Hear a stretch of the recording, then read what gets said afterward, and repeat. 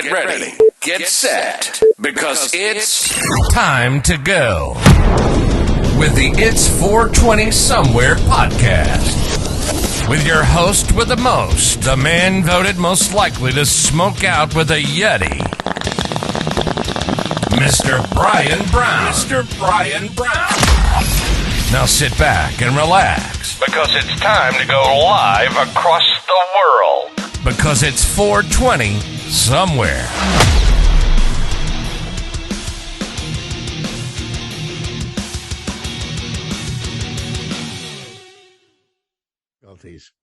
All right, here we go. There you go. All right.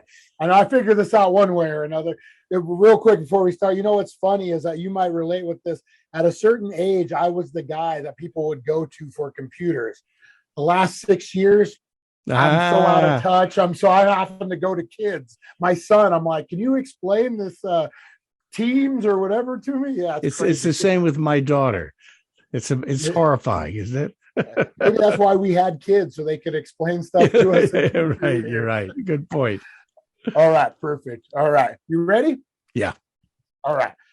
In 5, 4, 3, 2, and hey, what's up, guys? Green means go, and it's time for the 420 Somewhere video podcast. That's right, guys.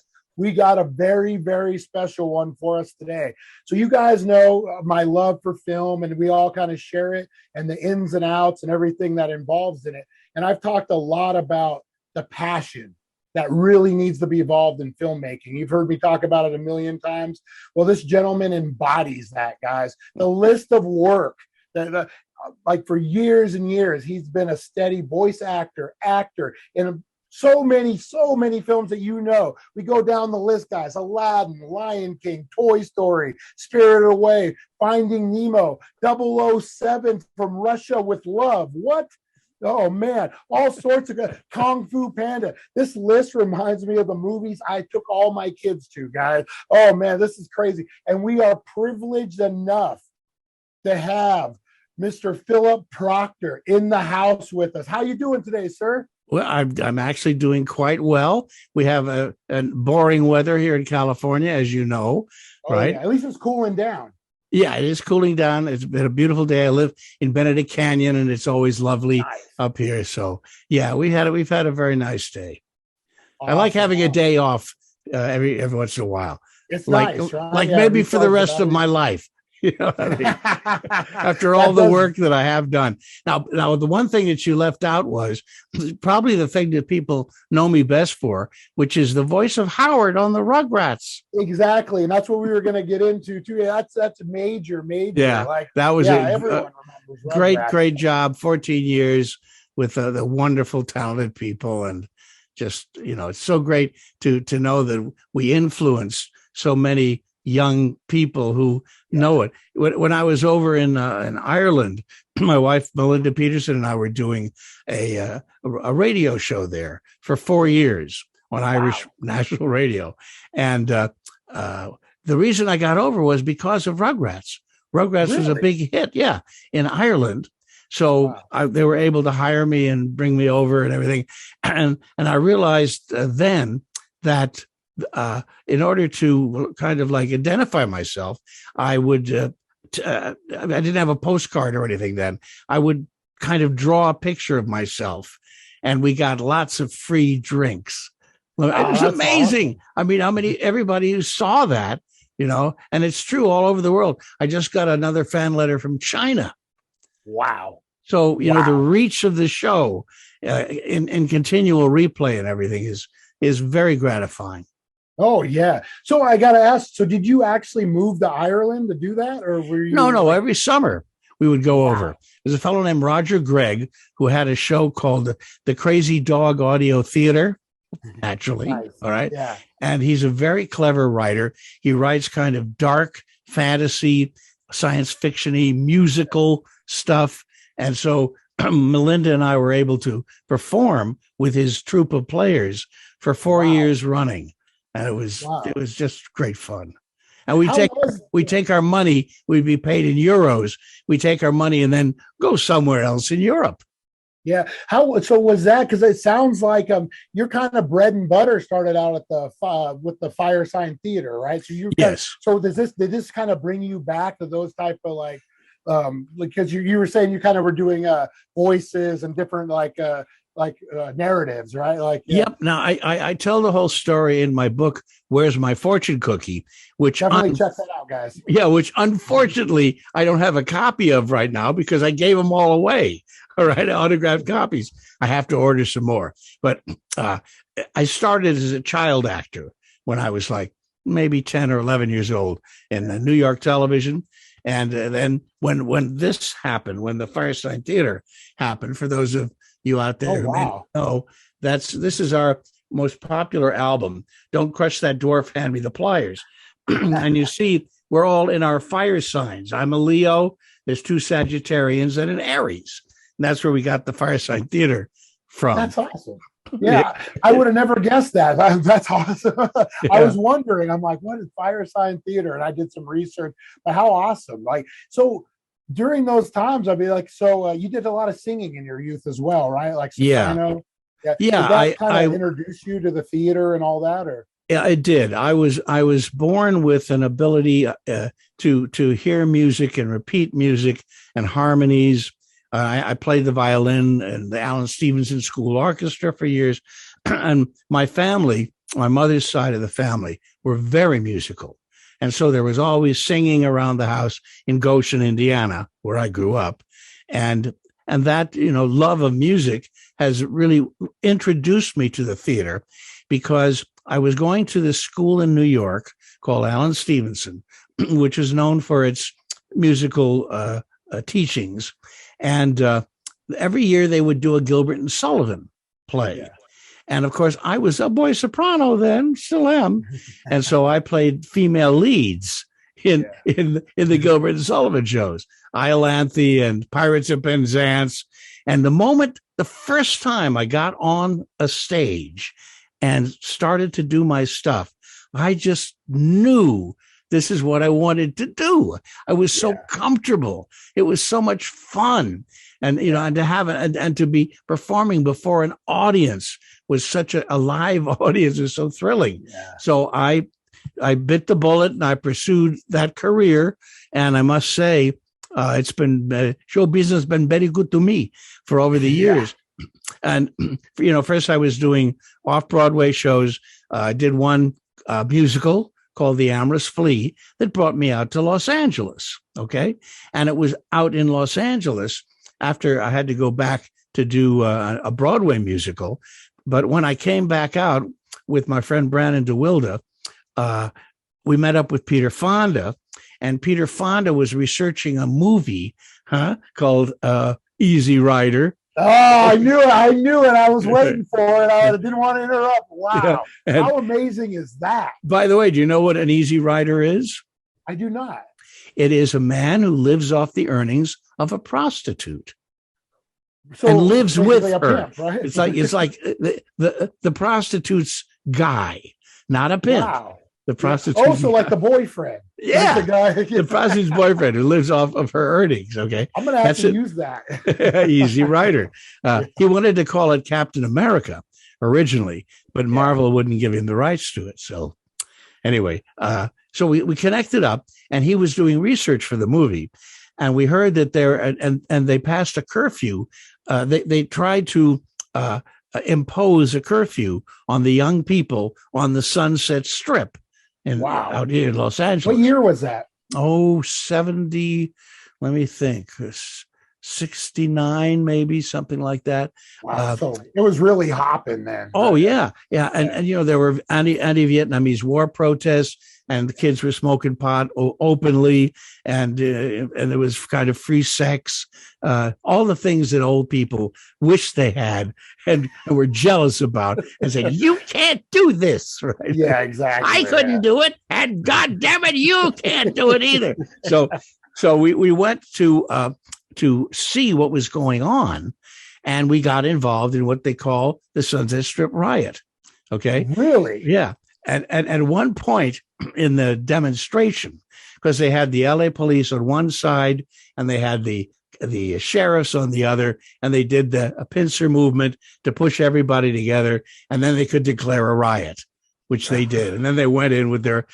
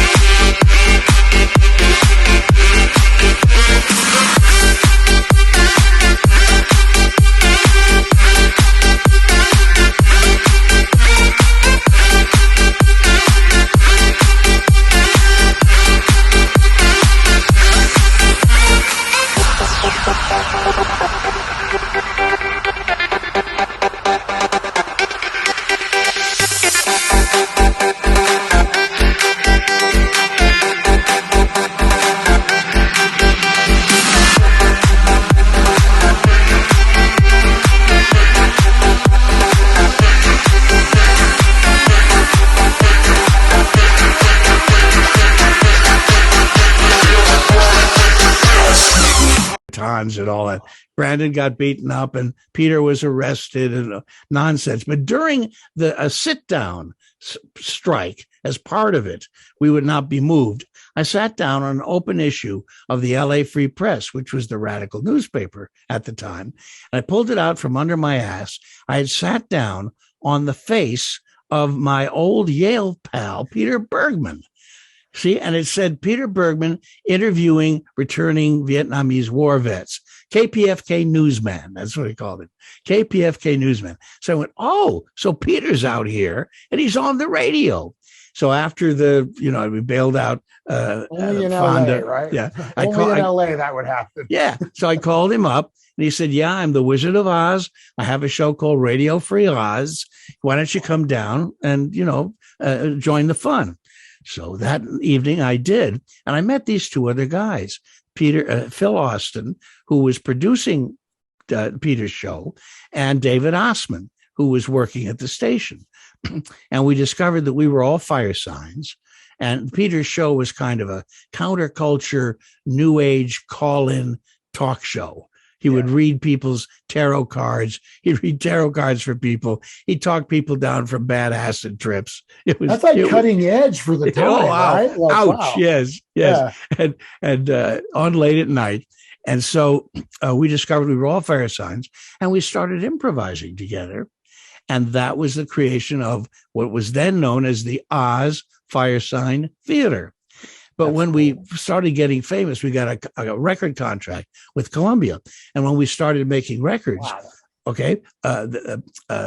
Disney, the Disney lawyers sent us a note saying we couldn't use the name Oz Fire Sign Theater because they were coming out with a Return to Oz, either a movie or cartoon, I can't remember what it was.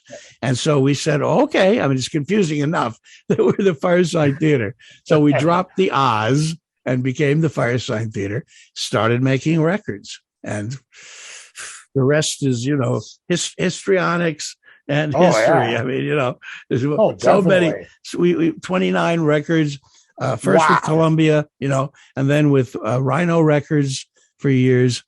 And unfortunately now we've lost Peter and we've lost Phil, the other Phil as he's known. And so it's just Dave Osman and me holding down the fort, but we're still coming out with stuff. That's because, awesome. We have such a big catalog of material, and we have a wonderful producer who is also our archivist named Taylor Jessen. So recently we came up with this, which is our live, she's got a disc in it. These are the Magic Mushroom shows, which was a series of shows we did on Ventura Boulevard on KRLA radio, which was kind of like a psychedelic prairie home companion before there was a prairie home companion. And so this is available at firesigntheater.com. And this, which we just came out with, Dope Humor of the 70s. Okay. Nice. This is a nice compilation, vinyl album, the vinyl solution with copious notes and everything. So we're still cranking stuff out. You know, and where can they find this at? Because my viewers will eat this up. Like we really like the mushroom, but like they'll eat this up. Where can they find this at? FiresignTheater.com. All right, and all that will be in the description. There's below a store. Yeah, we have a store which we talk about our kids knowing more about technology than we do. Yeah. My darling daughter Kristen actually put together the website for us to bring it up to speed. Yeah. So anyway. When I tried to do mine, it was a mess. My son had to jump in and help me out too. So, that's what the kids are for. Yep, exactly. So I gotta ask. So with the ADR, the voice acting stuff, what is? See, it's kind of a different mindset, I would imagine. It is in there because you're not really with another actor. You're not really feeding off like the vibe of the set, right? Like you're kind of in a booth. How's your mindset going into that? Well, again, there are different techniques utilized to create background sound for movies and cartoons. And yes, sometimes you are isolated in a booth doing just your role. But when you're actually doing ADR for a movie or a major cartoon, animated feature, there is a group of us brought together, maybe a dozen people, men and women, who have improvisational talents and speak different languages and can do different accents. You know what I mean, you see? And that way, when I would get a call that says, okay, we're going to do a Muppets movie background, and it takes place in Brooklyn and London and Russia and Italy. I speak Russian. I speak Italian. I can do British accents, and I could do Brooklyn accent too. It's part of the ear, the musical ear. I felt that I was kind of born with a tape recorder in my head, because it's not that I can do mimics of people. There's a good friend of mine named Jim Meskimen, who is a genius at doing celebrity voices. Yeah, but I don't do that. I can match a voice. I once had to match my idol Jack Lemmon's voice in Glenn Ross. They were doing what they call a family version for the airlines of that movie. So they had to take out all the dirty words, which in this movie, Glenn Ross, is the entire film, right? Yeah, pretty much. And replace them with euphemisms like feckin' and what have you, holy cow, mother trucker, and so I matched Jack Lemmon's voice for that. And again, it's just a question. It's like hearing it and being able to repeat it. But for the most part, the reason I've done so many films is because of the fact that I speak 7 languages and can do all these dialects and things. And that makes it. And I'm working with people who can do pretty much the same thing, Well, they can pretty much bring like 5 of you guys in and do like about 30 different background characters. That's right. And we interact. There's an interaction that goes on as opposed to doing cartoons. However, the Firesign Theater led me to get an agent for voiceovers, okay? Yeah. And an on-camera agent. I did a lot of on-camera commercials, and I did a lot of radio spots. But the next step was getting into adding voices to cartoons. And the first session I went to was at Hanna-Barbera, who as you probably know, created most of the cartoons that we all grew up with. Oh, yeah. The Flintstones and Jetsons, oh my God. Yeah, all of them. And so, and the Smurfs. So I go in, I'm playing a villain on one of the Smurfs episodes. I go into the studio, first time really that I was doing this kind of work. And there in the studio, there is a row of seats and music stands and people like Jonathan Winters and Alan Young, right? And people that I revered and loved. And I got to sit there, and we did it like a radio show. So you work through the whole thing, see? And we could interact. You don't overlap. like we're doing, but you can interact, you see. And Yeah. and that was my introduction to the world of cartoons. And then I got cast as a major character in the Smurfs, Prince Gerard.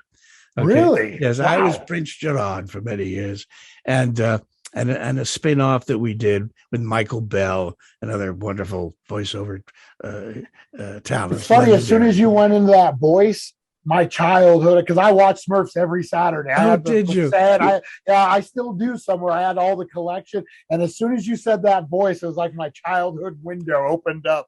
Wow. Yeah, That's and wow. I had the Clockwork Smurf. Remember, he was my companion, Frank Yeah. Welker, who could Yeah. do anything. Brilliant man. So anyway, I jumped into that world, and it continued to kind of grow. I got into a group that did a little later in my life the Disney movies. I think the first one that I did was The Rescuers Down Under. I remember. I totally remember. That was another one I grew up on. Yeah. And then after that, Beauty and the Beast. Oh, yeah. And we all looked at that and we went, oh my God, this music, this should be a musical. Of course, it did become a musical. Yeah. And then we got introduced to John Lasseter and Pixar. No. Okay. This particular group that I was working with, that a woman named Mickey McGowan, the late lovely Mickey McGowan, brought together as kind of the cream of her choices of the cream of the talent that was doing stuff then. So, oh my God, I just can't begin to tell you what fun it was to go in there. And Pixar was doing now full on computer animation, which no one had ever seen before. And I was there from, let's see, what was the first one we did? Maybe it was Toy Story, Finding Nemo. What else did we did? Just those little films, just those little ones. You might have heard of them. Monsters Incorporated, and I played various characters in those, sometimes just background characters. Like in for instance, The Lion King, I'm a hyena. Okay. Oh, nice. Yes, right. And Finding Nemo, I'm the seahorse dad. You're a clownfish. Wow, Say something funny, right? And a seagull. Me. I mean, it's just so much fun. And as we worked with Pixar, particularly, every year when they did a new film, they had advanced the style, the technique of computer animation. And we got to see it, first. Yeah. And it blew our minds. When Finding Nemo, I'll never forget the first time we saw, they flashed it up on the big screen for us to add voices. And I saw the silt in the water. You remember the sunlight coming through the center? Went, oh my God, this is incredible. So I just had a wonderful run with Pixar and Disney. That's awesome. Yeah. Let me ask you this. So like you had mentioned about working with different crews and different people. I often tell us, like, if you're an actor or a film, you want to be in the crew or whatever. Yeah. I've often said that it's really, if you don't go to film school, it's really about meeting people and getting out there and making a good impression. Do you agree with that? Or, I mean, totally. It sounds like that kind of happened to you. Totally. Like you met people and moved on. Yeah. And remember, I was doing television, guest starring. I guest starred in All in the Family, for instance. Wow. Playing Archie's that's iconic. nephew. Oh, wow. That's God. major iconic. And Carol and I became friends. He opened a restaurant. Oh, yeah. Oh, he was a very approachable, lovely man. I mean, wow. He opened a restaurant in Beverly Hills. And the piano player was another friend of mine named Johnny Mayer from New York. And so I used to go down there, and Carol and I would sing songs together, Irish songs and things like that. Oh my God. When I think about all the people that I've known in my life. But talking again about movies, the Firesign Theater wrote a movie called Zachariah. Really? Okay, which was billed as the first rock Western. Okay. And it was a story of two gunfighters, Don Johnson and John Rubenstein, who were kids and they were, decided to make their name as gunfighters. Yeah. And Zachariah, John Rubinstein, he was the peacenik. He kind of decided, no, this is not the way to go, and Don, he wanted to be known as a killer and all that stuff. Yeah. And so it was based on the Siddhartha story, The Path Towards Understanding. Very bizarre and interesting movie. And in fact, where I am sitting right now in my home, across the street, just down the street, one house, is the co-producer of that movie. Okay. Really? Yes. We were just interviewed by guys doing a book about kind of what he called undiscovered masterpieces. Thanks. Anyway, my uncle was in the movies. His name was Clarence Urist, and he was a PA, and he worked with John Wayne on almost all of his films, and that's what killed him, because John Wayne did this movie called The Conqueror, which they filmed, supposed to be in the desert. He was playing Genghis Khan. And so they shot it, I think it was in Utah, on a former atomic bomb testing range. Wow. And everybody on that movie died of cancer because of the radiation. They got radiation sickness. And the movie people, they even trucked tons of that earth back to the studio in Hollywood so they could match the scenes. Yeah. And my uncle also was a victim of that. But here's what he told me. He said, if you're working on a movie, you should start just moving cables around. Just be a best boy or a rigger.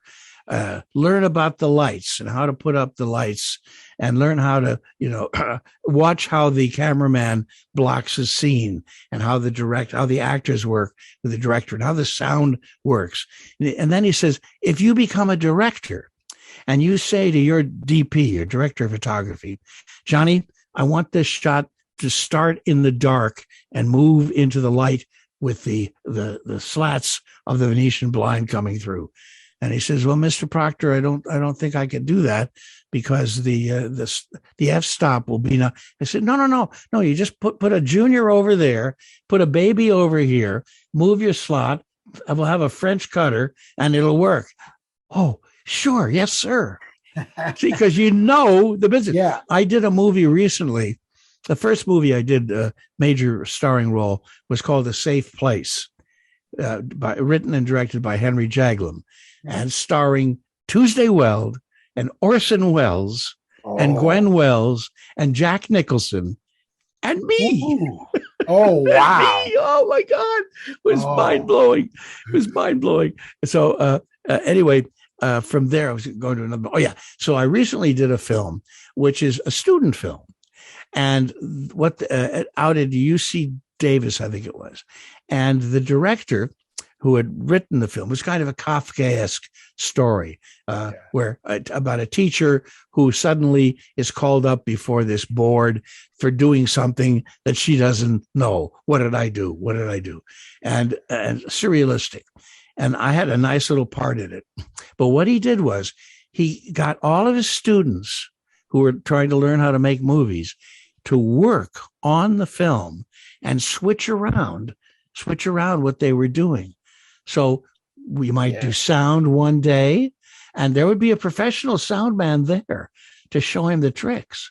And then lighting the next day, and there'd be a professional lighting guy to show him the tricks.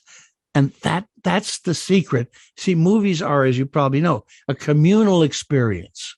Definitely. And you really have to all work together to make the magic happen. And just like in ADR, you learn certain techniques.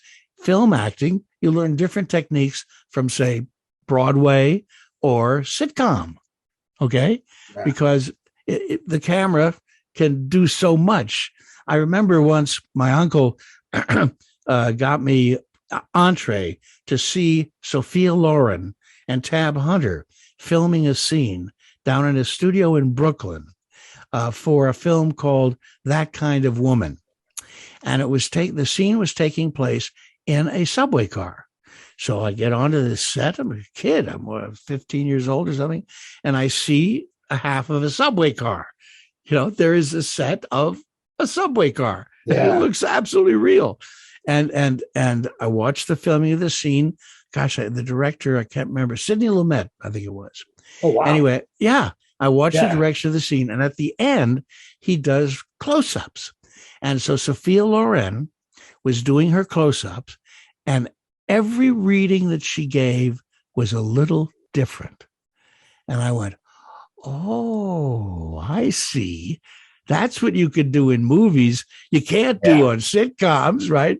And you can't do on the stage, although using that's kind of spontaneity can be used in all those circumstances. It's just that when you're working on a television show or a stage play, you set it at a certain point. You say, this is what I'm going to do.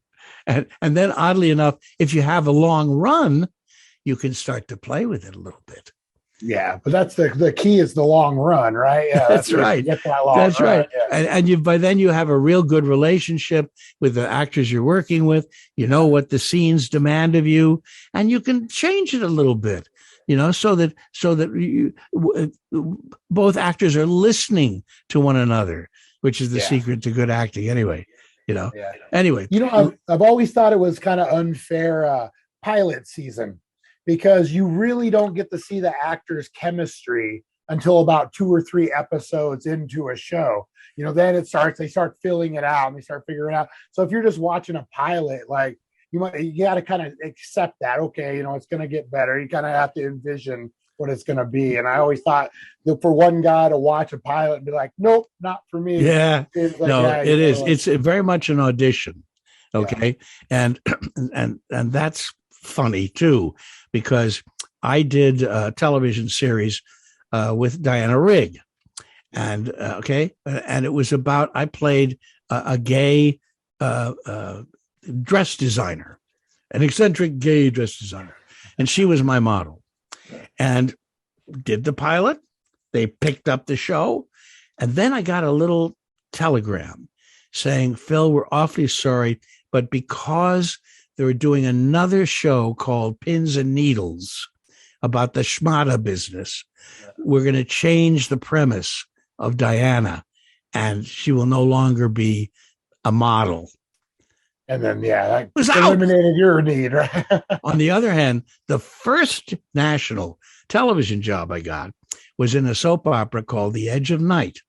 I was at Yale at the time pursuing the Russian language. I went to the Soviet Union with the Yale Russian chorus. Wow. Я свободно по-русски говорю, понимаете, что я говорю? I learned to speak it pretty fluently conversation because we'd be surrounded by Russian citizens asking us questions, why do you circle us with missile bases and look up there in the sky? Is that a star? No, it's Sputnik. Who made that? God or man? Man, we made that. Blah, blah, blah, blah. Oh, man, what an experience that was. So I'm at Yale. An agent in New York, the Lucy Kroll agency, had seen me do something there and signed me. And so I'm in my senior year, 1962, and I get a call to go in for an audition for a soap opera playing a juvenile delinquent. So I go, Yaley, hey, okay. You're like, all right. All right. So I go down to New York. I go in to the casting director's office in a building, and they had for the first time a video camera, and they were taping the auditions, but it was just me and the camera operator and the woman who was casting it. And I did my lines, and thank you. I went down. It was a beautiful spring day. I walked around, had some time to kill before I caught my train back from Grand Central Station back up to New Haven. And finally, it's time to, get my train. So I walk into Grand Central Station. I'm walking across the great expanse there, and I hear, well, Philip Proctor, please report to the station master's office. I stopped in my tracks. I thought, I'm Philip Proctor. Well, Philip Proctor, they repeated it. So I went over to the information booth. I said, I'm Philip Proctor. Well, where's the station master's office? And she pointed, and there was a wing of the Grand Central Station thing that had desks with conductors in their uniforms sitting there. There was a phone and a desk and a conductor, and there were 6 of them. How intimidated were you? No, it was. I was in shock anyway. So I go over and I say, "I'm Phil Proctor." She said, "Call your agent." I went, "Oh my God, what? This is there a candid camera here somewhere?" So I go and I call my agent. She says, "You got the job." Imagine that. Imagine that. Quick. It was like an hour and a half after I read for it. That never happens anymore. No. Wow. You go through all kinds of jump through hoops, and you have to do readings with the people in suits, and all that. How great did you feel? I mean, like that had to be. Oh, it was thrilling. It was thrilling. And then we did the soap live for like the first few months, and then it was taped, and so I could go home and watch an episode, right? And I could then see what worked and what didn't work. I mean, at least that's how I dealt with it. Yeah. And I remembered, we had to learn all this dialogue every day in a soap opera. So you have teleprompters. Okay. And I was, I would use a teleprompter occasionally. So I'd be talking to you and I'd look over and get my line and finish saying what I was going to say. And I thought, well, can the audience see that? Can they see that? So when I had a chance to see my performance, I realized, it looked perfectly natural. You don't talk to people straight unless you're arguing with them. You look off. And so it gave me a great sense of relief. I said, okay, in case I go up, I got, I can cheat that way. So now Orson Welles, when we were doing A Safe Place, he was playing a Jewish magician. It's hard to explain. It all takes place inside Tuesday Wells' mind. And what a beautiful mind that is, let me tell you. Yeah. I was her boyfriend. Oh. Anyway. Really? Yes. Well, we're gonna have to have we're gonna have to have you back on. I'm a huge Orson. Like, you have no idea. I admire Orson Welles. I think he's probably the greatest filmmaker in history. Well, bar none. You'll like this. First in my mind, I've often said, like, if I ever get an Academy Award, for Best Actor, I would dedicate it to him. Because he's so deserving. Absolutely. Oh my God. Citizen Kane. I mean, one of those movies you can just watch over and over and over again. It's just so full and wonderful. But anyway, he had his lines written on a piece of what they called elephant board, the white light plastic stuff. And so he could pick up his lines and do that. He had a servant, I guess a butler, who would hold his lines for him and check his wardrobe and an assistant, And after he would finish filming, we were staying at a place called the Essex House, which I used to call the sex house but that's another story. Anyway, he would hold court down in the lobby of the hotel with film students. Oh, like you could have sat at his feet. And asked him any question you wanted. The learning tree, right? That's what they sit under the learning tree. But he was so gracious to do that. Yeah. And then he decided to stay on. He was famous for staying on after he did a film at the studio's expense to work on his movie, The Other Side of the Wind. Did you hear about that? Yeah. Okay. So he decided to stay at the Essex House. He borrowed a correcting Selectric typewriter, automatic typewriter, from the hotel. And he was up in his room, ordering room service and typing. And then he left and he took the typewriter with him. I used to say he ate it. That's funny, because what I've always in that, like, in my mind, in my fantasy, the speech that I give would be from one a-hole to another. This is for you, Orson Welles. I love the guy, but like the reputation for he was some character. Another friend of mine was working on an editing job with him, and he had to carry his own special chair to sit in, which was reinforced because he weighed something like 300 pounds at a certain point. But he and Henry Jaglom, the writer, creator of the film, who had worked the script out at the Actors Studio Writers Division. So I did it for the first time with my friend Karen Black playing the Tuesday Well part, Bonnie Bedelia playing her girlfriend, and Richard Pryor playing one of the kids that hung out with us all, and Charlie Deercup, who's a wonderful character actor. And then later I got to screen test in Hollywood with Candice Bergen and all these gorgeous girls before finally Tuesday was cast in the part. But this, what did I want to tell you about that? I don't have any lines written down, so I can't tell you. What was it? I got distracted. Anyway, happens to me all the time. I've been pretty much on track for most of this conversation, but you're great. Yeah, I mean, I'm now 82 years old. Are you really? I would have never guessed that. No, I don't believe it either. I think that's why I look young, and I've been in the business since I was like 9 or 10 years old, because I did a live comedy improv show called Uncle Danny Reads the Funnies, on WPIX TV live, and that's what he would do. It was also the home of the Daily News, where the studios were. Yeah. We would read from the Daily News. They'd show the cartoon, and I and a girl, and at one point also another famous actor. Would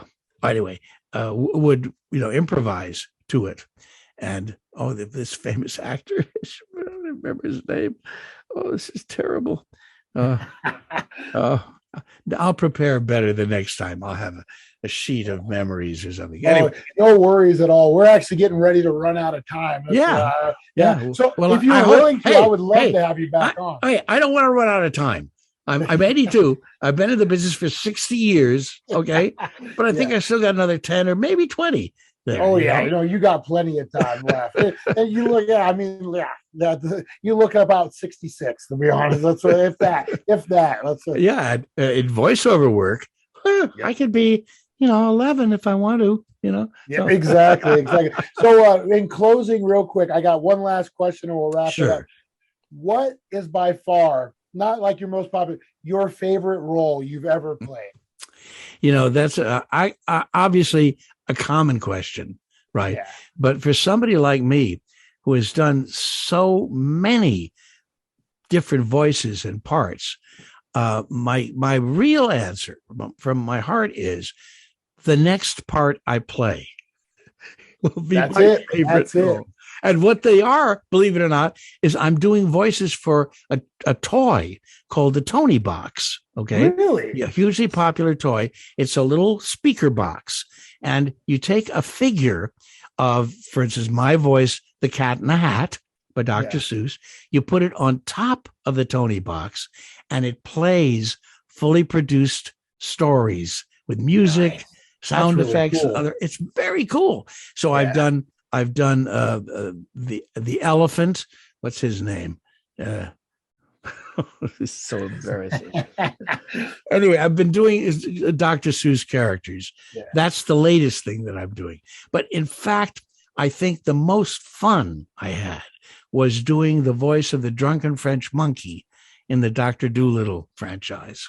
See, now that I know that, I'm gonna have to go check that back out. Like I watched it with my kids. That's really cool. I am a social drinker. Yeah. That's awesome. Well, thank you so much for joining us, man. It's really been a pleasure. I would love to have you back on. I got a picture. Sure. We do a movie Monday, so I would love to pick your brain about Orson Welles. I'd be happy. And you in general, man, just the length of the career you have. Like, hats off to you, sir. Hats off to you. Thank you. Yeah. I'll take my earphones off. Yeah, I great know it's pleasure. Not an easy grind. So the fact that you've lasted so long should say it all. What a great career you had. Thank you, Brian. Man. Thank you. And I hope someday they'll let you out of the box.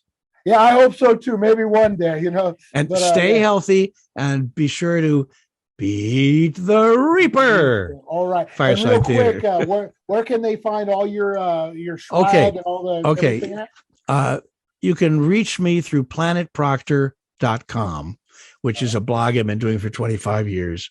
That's Nice. really fun, and you can sign up for it if you want. And firesigntheater.com will lead you to all of the wonderful material that we've been creating over the years, and new stuff, which will be coming out soon because we're still cranking it out. I call us Nice. the Frankenstein Theater because we're still there. Can't put it down. Frankenstein keeps going. That's right. Oh, it was a pleasure talking with you. Oh, you too. Thank you so much. And I'll definitely be in touch. We definitely want to have you back. So Thank you. I'd love to. All right. Okay. You have a great evening. Thank Peace. you so much. Thank you. Bye.